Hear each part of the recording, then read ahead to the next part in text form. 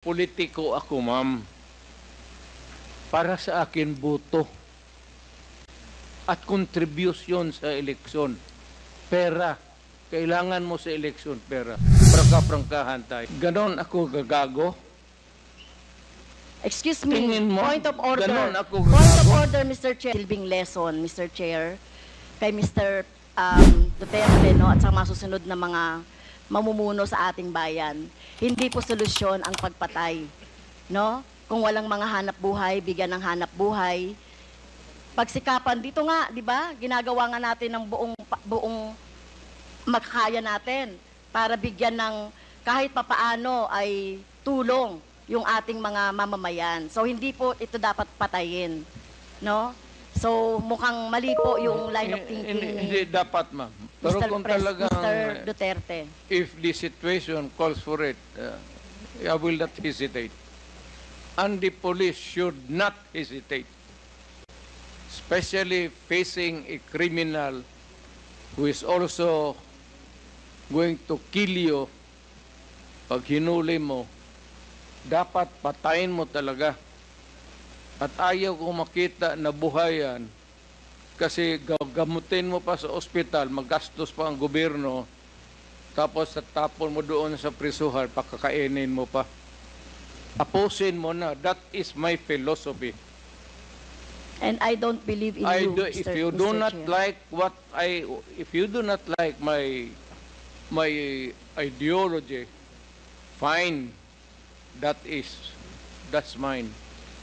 Bahala ka na sa buhay mo kung ano yun. Opo. At bahala na rin po yung yung hustisya, no, yung batas sa inyo po, whether dito sa bansa or sa ibang bansa po. Naging presidente Pero kung ako. ganyan po yung, Mr. Chair, kung ganyan ang line of thinking ni Mr. Duterte, na walang ganyan niya ituring ang mga mamamayan, na kapag hindi niya mabigyan ng hanap buhay, nagdroga yan, patayin na lang. So what kind of thinking of that, Mr. Chair? Right thinking. That's yours. What Niyo yun? what else can you think of? It's the right thinking. I don't believe in you.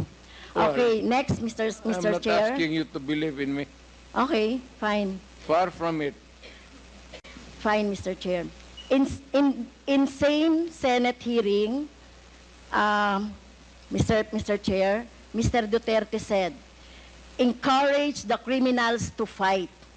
Encourage them to draw their guns. Yan ang instructions ko. And the only way na hindi kayo makulong, and to justify the killing is bigyan mo talaga ng panahon na lumaban. Okay? So, madalas po, Mr. Chair, nababanggit dito, self-defense ng mga pulis, yung ginagawa nilang pagbaril o pagpatay sa mga biktima ng or yung mga hinuhuli nila at pinapatay nila. So, as a lawyer, Mr. Chair, tanungin ko si Mr. Duterte, ano po ba yung elements of self-defense? When your life is placed in danger, whether as a civilian or a police, you have the right to defend. And if your life is in danger, kill the idiot in front of you, or you will die as an idiot. At yung kriminal, malayang but have the satisfaction of doing his thing. Okay. Yun po ba, as a lawyer, yun po yung inyong alam tungkol doon sa elements ng self-defense?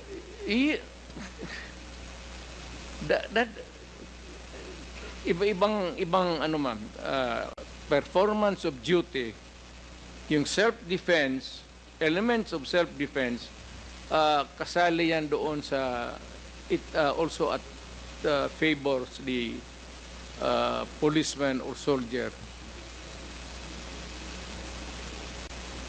Isa lang ang standard niyan, ma'am.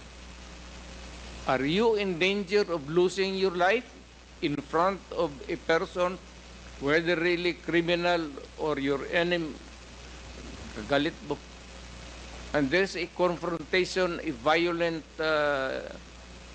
activity ensues. And if your life is in danger, put the idiot down. Rather mamatay ka. Ano ba itong buhay na ito? Okay. Pagdrama ba tayo? Thank you po, Mr. Chair. Salamat. So sinasabi niyo po, encourage the criminals to fight. Okay?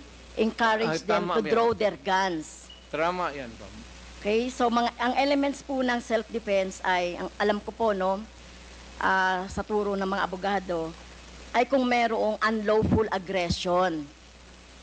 Eh yung bata po, meron bang pinapatay ng mga bata, yung mga napatay ng mga basta lang nakakamusunahan, etc. So wala yung elements of self-defense, no? Number 2, reasonable necessity of the means employed to prevent or repel. So ang nangyari po, pinatay na agad eh, no? Pinatay na agad yung biktima. Pangatlo po yung not sufficient provocation on the part of the person defending himself. Pero sinasabi dito, sufficient provocation. Mr. Chair, sa mismo na nasa presidente natin, Mr. Duterte, sinabi mo na nasa instructions mo doon sa inyong mga police, encourage the criminals to fight, palabanin.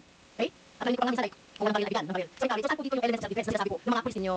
Pero kayo po, kapag kapag yung time na nandiyan na yung biktima o nandiyan na yung suspect, kayo po talaga, gusto nyo patay talaga agad. I mean, I do not mean to be discourteous, Mr. Chair. I'd like to advise the lady to, pag siyang pumasok dyan sa aggression, you'd never understand that. Wag na lang. Your hypothetical, Hindi, Mr. Chair, si Mr. Duterte mismo nagsabi patayin agad. Wala bang pagkakataon na mabigyan na mabigyan ng pagkakataon yung suspect or yung gustong mahuli? Ang concept niyo talaga patayin agad ang mga kriminal o yung mga addict o yung mga pusher. Pero ang tanong ko nga, hindi nyo ginawa yan sa mga drug lords. Okay? Hindi kayo nang huli ng mga manufacturer ng drugs. Pero yung mga maliliit, ganyan ang tingin ninyo, ano? Yung mga kriminal na sinasabi ninyo. Ganyan niya tratuhin. ganon ako gagago.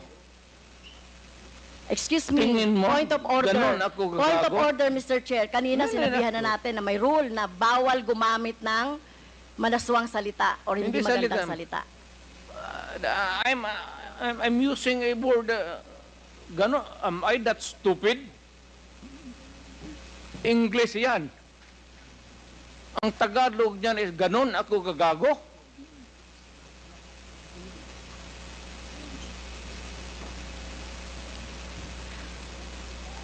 Abogado ako, fiscal ako, ganon ako gagago.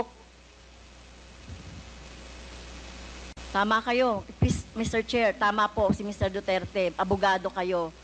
Pero alam ko, pag abogado, dapat alam niyo po yung due process of law.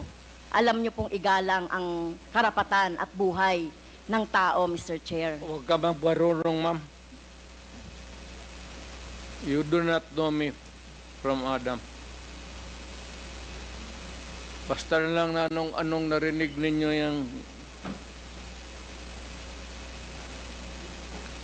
that's is Okay. You have 3 minutes Okay. left, Congresswoman Castro. Yeah, last time na po ba, Mr. Chair? You have 3 minutes left. 3 minutes na lang. Okay, thank you, Mr. Chair. Si Michael Yang po ay kilala na at kilala pong malapit sa inyo sa kay Mr. Duterte, Mr. Chair. At in fact, sa panahon po ni Mr. Duterte, inappoint siya as economic manager. So, dito po, Mr. Chair, nababanggit sa mga resource persons natin yung papel ni Mr. Yang, Michael Yang, sa droga, sa kalakalan, sa droga. So, ang tanong ko po kay Mr. Duterte, Mr. Chair, gaano niyo po kilala si Mr. Yang o si Michael Yang? Michael Yang is an owner of a big department store in Davao City. Nag-irate yan, ako ang nag-cut ng ribbon sa department store niya. And every businessman, whether ang background mo hindi kung saan ka galing impyerno, if you want to have a picture with me, I will gladly oblige you. Even the criminals. Alam mo, do not confuse your, just because they are Chinese and they suspect you. Michael Yang is out there. He has not been arrested. Wala namang dossier na pinapakita sa akin. Eh kung mayroon ako na ang pumatay, hindi na kailangan ang pulis. Ako na mismo ang... Kung may ebidensya po tayo na involved siya sa droga, papatayin niyo rin po si Oo. Michael Yang? Ako? Maniwala ka? Kung may mga ebidensya po, Oo. papatayin niyo? Sasama, tawagan kita, kasama ko. Hindi po. Ayokong maging... Samahin Ayoko kita. pong maging katulad Ikaw ninyo, yung no? At ayokong masama witness. doon sa patayan. You will So, be hindi a po. witness to a murder. Hindi ko po gagawin yun, Mr. Chair, no? Sumama kay Mr. Duterte para pumatay. Yan ang problema mo. Okay. So, yun nga po, no, yun pong mga malalaking drug lords katulad ni Michael Yang na sinasabi. Pero hindi nyo po alam na involved sa droga si Michael Yang, Mr. Duterte, Mr. Chair. Mas marunong ako sa iyo, ma'am. Hindi talaga involved yan. Magtanong ka ng involved. pulis ngayon. Kaya Gusto mo, nga. magsama tayo sa NICA. Sama tayo sa NBI. Ngayon, pagkatapos nito, kung may makasabi sa iyo, may isang ahente na involved yan, yan lang ang suspitsa nila kasi pagka-in-check, yan, pag sama-sama ng... Hindi po. Ganun yan I ang beg to mga- disagree, Mr. Chair. Tayo po nirerespeto po natin ang citizenship. Tayo po marami pong mga hindi po tayo against sa mga in-check. No, Hindi that po is tayo the against characterization. sa mga sinasabi nating Chinese, lalo na kung Chinese Filipino 'yan na wala namang ginagawang krimen dito sa ating bansa. Kaya ang tinutukoy lang po natin yung mga involved sa krimen na mga nababanggit po dito sa ating hearing ng Quadcom. So, sana po nung panahon ninyo po dapat ang ikinulong at kung yung pinapatay instead ng mga mahihirap ay yung mga drug lords. Kaso wala kayong nahuling drug lords sa panahon ninyo. Si Michael Kaya- Yang nandito pa. Hindi pa hinuli. At bakit siya hindi nahuli? Anong ginagawa na itong magkagong pulis pati? Alam niyo po ba kung nasaan si Michael Yang? Nasa Davao, either dito, nasa Davao. May malaking tindahan yan. Negosyante yan. Lahat Okay. ng negosyante na Chinese, natural born dito sa Pilipinas o from China, pagka dumikit sa akin dyan, boto pati pera. Kung may maglapit sa amin na ganon, at wala namang ebidensya na nagkakalat sa harap mo, pero ako, pagka sigurado ako na ganon kayang sinasabi mo ngayon, ako mismo ang gogorgor sa tao na yan. Okay. Wala akong pasensya dyan sa mga ganon. So, Okay. do not worry. Last question. Last I love question. my Last country question na po, more Mr. than Chair. anybody else in this room. Dahil hindi po ako nasatisfy doon sa sagot ni Mr. Duterte, kaugnay doon sa, kasi gusto nating maturuan yung ating taong bayan, about doon sa, laging inaargumento na lang, self-defense, or whatever, o yung pag-encourage ng mga criminals to fight.